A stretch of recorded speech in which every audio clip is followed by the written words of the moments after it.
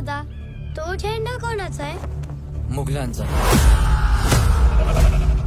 मग आपण आपल्या झेंडा खाली का नाही लढत? शिवबा, त्यासाठी स्वराज्य लागतं.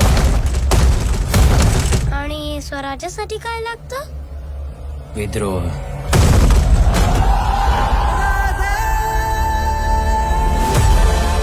मगरूर हुकमांना कळू द्या, मराठे मातीत गाडले जात नाहीत, ते मातीत पेरले जातात.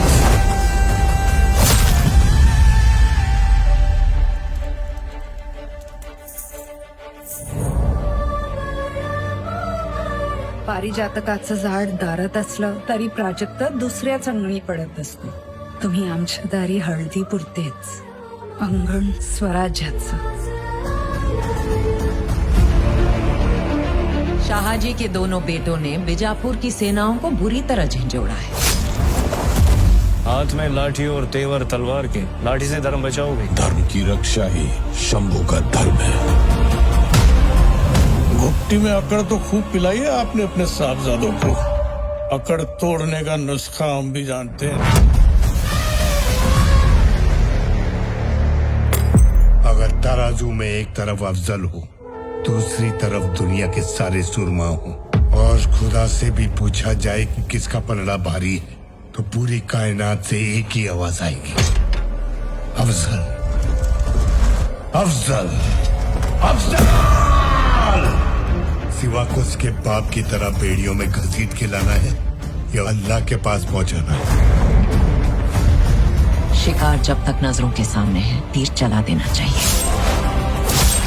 कधी मुघल, कधी आदिलशाही, या सगळ्या पाठशाहींच्या छाताडावर पाय रोवून हिंदवी स्वराज्याचं स्वप्न पाहतोय आम्ही, आई भवानीच्या नावानं।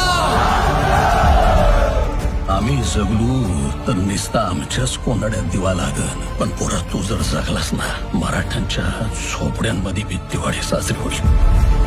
कल सिवा इस पिंजरे में होगा, जिंदा या मुर्दा।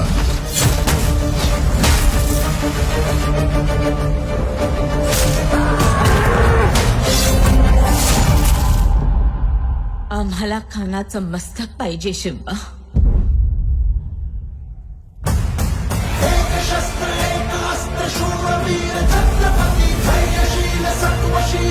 आओ सिवा आओ।